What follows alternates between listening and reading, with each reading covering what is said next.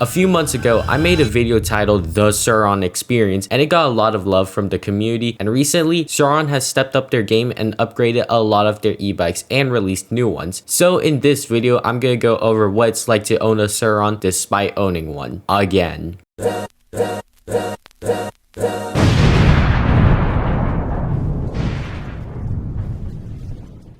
Surron is a Chinese e-bike brand that started way back in 2014, debuted their first e-bike, the Lightbike, in March of 2018, and started suing other e-bike companies in June of 2026. And this is where Surron started the attempt to rival the other e-bike companies like eRide Pro. Let's start with their most popular e-bike, the Lightbike X, with its 2026 model, which features a 10 kilowatt motor, a 72 volt battery, and it can push 50 miles per hour. Also, this e-bike was so popular, Surron decided to release a sequel with the Lightbike 2,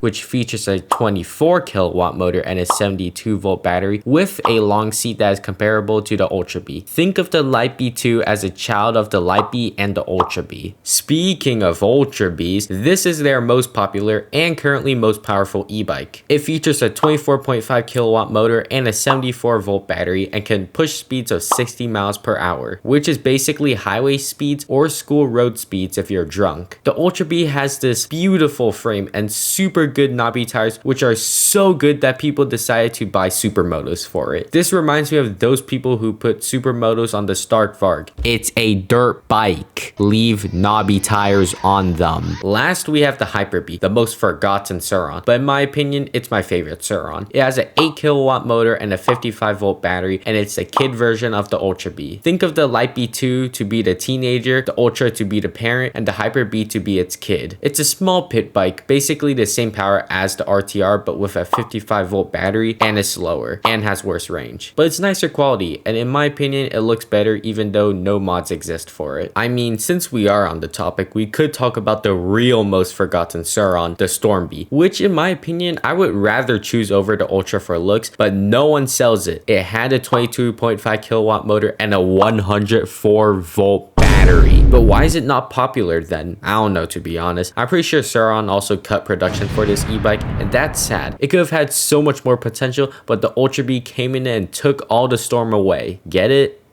No? Oh well, moving on. Well, Surron is always the best in business for mods. I mean, there are a shit ton of dropshipper stores promoting Surron parts at a 500% increase from when they bought it off Temu. But Surron is always gonna have the most amount of mods. They have handlebar mods, power mods, tire mods, basically any mods for this e-bike. The most popular modding brand for Surron is probably Ventus, which is featured by their VTB controllers. They are super powerful and can basically turn a Lightbike into an Ultra B, or turn an Ultra B into a Stark with its performance. Yo, why does the Surron always have to have the shitty community? Well, they are better than the Studio kids, and don't get me started with the Red Star kids. Oh my gosh.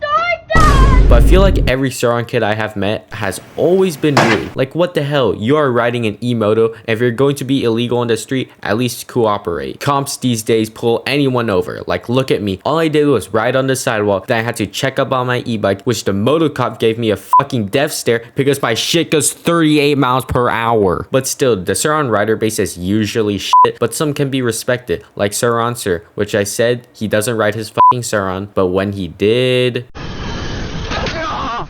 yeah, we don't talk about that. Alright, well, should you buy a Surron? This is what I have to say. But before I do that, like and subscribe because at 10K, I'm giving away a $100 gift card. And what I have to say is a Surron is definitely recommended for 2026. Now, the 2025 models were low-key trash. Never buy them unless you're gonna do power mods with it. But the 2026 models are comparable to cheaper and better brands like 79 Bike and eRide Pro, which are also basically the same as the Surron, hence that big-ass lawsuit. But yeah, a Surron is definitely worth it and definitely recommended for the 2026 year. In conclusion, the Surron Experience is a good experience for the 2026 people. I just feel bad for the people who bought 2025 model right before the 2026 models were announced, because my gosh, they got ripped off. But anyways, that's the Surron Experience 2 by Perth, and thanks for watching. Comment, like, and subscribe, and go out and buy a Surron.